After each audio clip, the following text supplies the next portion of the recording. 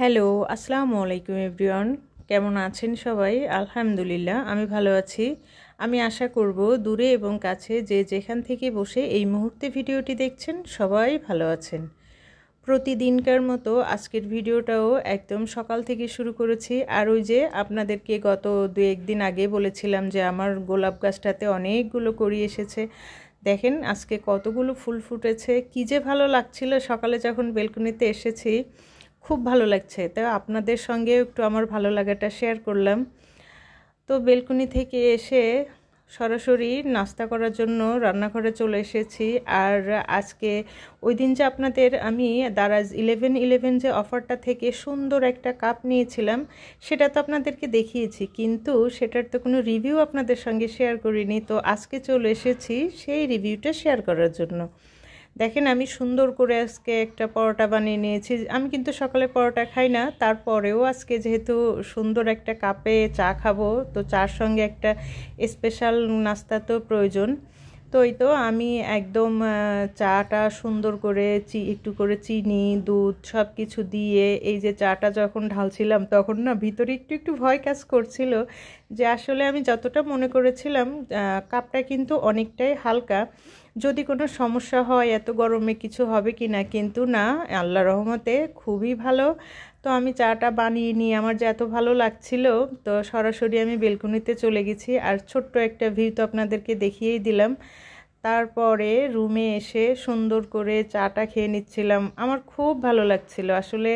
কাপটা আমার প্রথম দেখাতেই পছন্দ হয়ে গেছে। তো আমি বলবো যে যদি আপনারা নিতে চান নিতে পারেন, খুবই ভালো একটা প্রোডাক্ট। আমার তো খুব পছন্দ হয়েছে, আসলে আমার পছন্দ থেকেই রিভিউটা দিলাম, তাছাড়া আর কিছু না।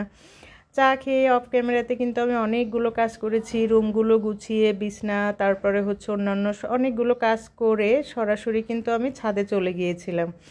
ছাদ থেকে এই যে আমার গাছগুলো দেখছেন, এই সব গাছগুলো কিন্তু আমি নামিয়ে এনেছি। অনেকটা কষ্ট হয়ে গেছে জানেন না, এই গাছগুলো প্রতিটা গাছ এইভাবে করে নামানো খুবই কষ্টের। তারপরে রোদও ছিল ভালো। তো আমি কিন্তু গাছগুলো নামিয়ে এনে, যেহেতু আমার বেলকনিতে কিছু কাপড় শুকাতে দেওয়া ছিল, আমি সেই কাপড়গুলো ভাঁজ করে জায়গায় রেখে দিয়ে এই যে বেলকনিটাও একটু পরিষ্কার করে নিলাম। আর এই যে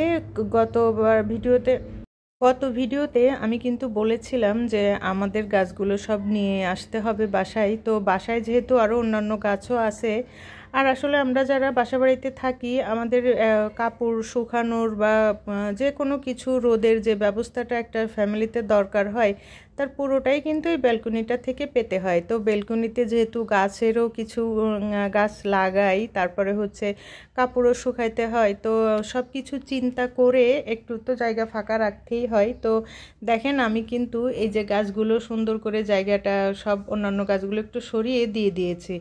আর এই তো এই যে উপরে করলা গাছ, তারপরে হচ্ছে পুঁই শাক গাছ, মাশাল্লাহ এখানে অনেক শাকই হয়।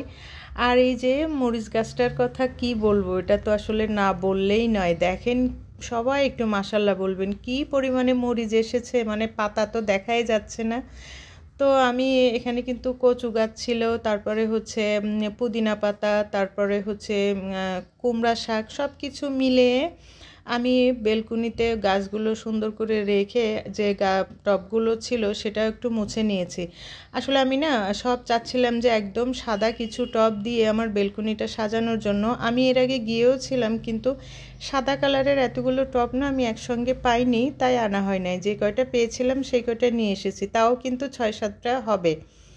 যাই হোক, ওই বেলকনিটা গুছিয়ে আমি আমার রুমে যে বেলকনিটা সেখানে চলে এসেছি। দেখেন এক বেলকনিতে তো আর সব গাছ রাখা যাবে না, তো এই বেলকনিটাও একটু নিচে এই যে অন্য গাছের পাতা পড়েছিল সেগুলো ঝাড়ু দিয়ে এই যে এখানেও কিন্তু আমি 3টা গাছ রাখবো। এই পাশে 3টা রেখেছি, ওই বেলকনিতে 3টা রেখেছি। তো গাছগুলো যখন রাখছিলাম আমার থেকে কিন্তু ভালোই লাগছিল, একদম সবুজ সবুজ দেখা যাচ্ছে। আর আসলে এই যে একটা মজার গাছ আপনাদের সঙ্গে শেয়ার করি, এই গাছটাকে আমার আম্মা বলে যে কমলা গাছ। এই গাছের যে এই যে পাতাগুলো না, এটা অনেকটা ওই যে পোলাও পাতার মতো দেখা যায়, কিন্তু এটা দিয়ে আসলে আমি যতটা জানি যে চা তৈরি করে খেলে চা থেকে এত সুন্দর একটা কমলার ঘ্রাণ আসে, কি যে ভালো লাগে। তো আমি গাছটা এই যে সুন্দর করে নিচে এই যে গাছ অন্যান্য পাতাগুলো ছিল যেগুলো মরে যাচ্ছিল সেগুলো কেটে, যেহেতু সাদা টবটা একটু ভিজা কাপড় দিয়ে সুন্দর করে পরিষ্কার করে দিচ্ছি। আর এই তো ফাইনালি যেহেতু গাছগুলো রোদে ছিল, গাছগুলো এনে একটু পানিও দিয়ে দিয়েছি। আপনারা কিন্তু লক্ষ্য করলে দেখবেন আমার ব্যালকনিতে অনেকগুলোই সাদা টব আছে, আর বাকি যে 2-1টা মিসিং সেটাও আমি ইনশাল্লাহ সবগুলোই সাদা করে ফেলবো। তো আমি গাছগুলোতে একটু পানিও দিয়ে দিয়েছিলাম। তো পানিগুলো দিয়ে তো ফাইনাল লুকটা দেখালাম। আমার কাছে তো মনে হচ্ছে যে আমি সবুজের মাঝে হারিয়ে যাচ্ছি, খুব ভালো লাগছিল। তো আমি আমার কাজগুলো শেষ করে ঘরটর গুছিয়ে ঝাড়ু দিয়ে তারপরে সরাসরি দুপুরে রান্নায় চলে এসেছি। আর আজকে রান্নাটা একদমই সিম্পল, যেহেতু আমার কাছে আগের কিছু তরকারি রান্না করা আছে তাই বেশি কিছু করব না। এই যে করলাটা দেখলাম না, এটা না অনেক দিন আগের, আমি এরকম করে সুন্দর করে ধুয়ে কেটে ডিপ ফ্রিজে রেখে দিয়েছিলাম। যেহেতু করলা জিনিস কিন্তু বেশি দিন এমনি থাকলে নষ্ট হয়ে যাবে, তাই আমি সুন্দর করে কেটে একদম রেখে দিয়েছি। আর এই তো এখন সঙ্গে কিন্তু আমি সবসময় যখনই একটু ফ্রি থাকি কিছুটা কাজ গুছিয়ে রাখার চেষ্টা করি। আর এই দেখেন আমি কিন্তু অনেকগুলো পেঁয়াজ ছুলে ধুয়ে তারপরে নর্মাল ফ্রিজে রেখে দিয়েছি, আর ঢেকে রাখার কারণে কোনো গন্ধও হয় না।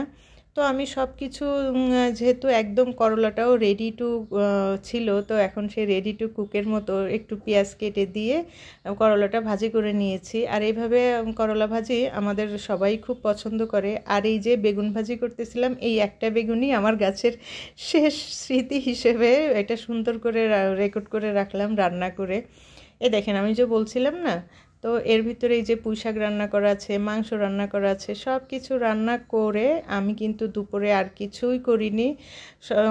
রান্না করে খেয়ে দিয়ে কিছুক্ষণ রেস্ট করেছিলাম, যেহেতু আমি অনেকগুলো কাজ করেছি। তো দুপুরে রেস্ট করার পরে এই যে একদম বিকালে চলে এসেছি। আর এই বিকালে চিন্তা করলাম যে আজকে মজার একটা পুডিং বানাই। আমার পুডিংটা খুব ভালো লাগে, আর আমি যেভাবে করে তৈরি করি একদমই পারফেক্ট। এতক্ষণ পর্যন্ত ধৈর্য সহকারে যারা আমার সঙ্গে আছেন প্লিজ আমার ভিডিওতে একটা লাইক দিবেন। আপনার একটা লাইক আমাকে নতুন করে একটা ভিডিও করতে অনুপ্রেরণা দিবে। আর যদি আপনি আমার চ্যানেলে নতুন হয়ে থাকেন, আপনি চাইলেই আমার চ্যানেলটা সাবস্ক্রাইব করে আমার সঙ্গে থেকে যেতে পারেন। ইতিমধ্যে যদি আপনি এই সব কাজগুলো করে থাকেন তাহলে আপনাকে অসংখ্য ধন্যবাদ। তো আমি সুন্দর করে পুডিংটা একদম চুলায় বসিয়ে দিয়েছি। আর আমি কিছুদিন আগে এক আপুর ভিডিওতে দেখেছিলাম যে আপু পুডিং বানালে একটা এলাচ দেয়। আমি কিন্তু পুডিং সবসময় বানাই, কিন্তু আমি কখনো এলাচটা ব্যবহার করিনি। এবারে ফার্স্ট এলাচটা দিলাম, কিন্তু এটা যে এত মানে ঘ্রাণ কি বলবো, আমার তো খুব ভালো লেগেছিলো। আমি পুডিংটা বানিয়ে নিয়েছি। আর যেহেতু পুডিংটা হতে অনেকটা দেরি লাগবে, তাই আমি একটু লাচ্ছা সেমাইও রান্না করে নিলাম, যেহেতু সেমাইটা আমার খুব পছন্দ। তো দেখেন এটা হচ্ছে একদম সন্ধ্যার পরে আমার ভাই যখন অফিস থেকে আসছে, তো চিন্তা করলাম যে এখন যেহেতু পুডিংটাও আমি গ্যাস থেকে নামিয়ে ফ্রিজে রেখে দিয়েছিলাম আর এখন একদম সেট হয়ে গেছে। আমার মনে হয় কি একটা পুডিংয়ের ক্যারামেলটা যতটা সুন্দর হবে পুডিংয়ের কালারটাও না ঠিক ততটাই ভালো হয়। আর দেখেন আমার পুডিংটা কিন্তু একদম পারফেক্ট হয়েছিল, খুব মজা হয়েছিল। আমি যখন ভয়েস দিচ্ছিলাম অলরেডি তো খেয়ে সাবার করে ফেলেছি। আর সব কিছু মিষ্টির পরিমাণ পারফেক্ট ছিল, তারপরে সব কিছু মিলে একদম খুবই মজার ছিল। আর ওই যে এলাচটার যে এত সুন্দর একটা ফ্লেভার আসতেছিল। আমি আপনাদের সবার কাছ থেকে আসলে সরি বলে নিচ্ছি, কারণ আমার বাসাটায় যখনই ভয়েস দেই না কেন বলি যে প্রচুর পরিমাণে আওয়াজ, অনেক সময় গাড়ির আওয়াজ, অনেক সময় প্লেনের আওয়াজ, অনেক সময় বাচ্চাদের আওয়াজ। আসলে রাস্তার পাশে হওয়াতে এতটা পরিমাণে আওয়াজ। আজকের মতো ভিডিওটা এখানেই শেষ করছি। আল্লাহ হাফেজ, আসসালামু আলাইকুম।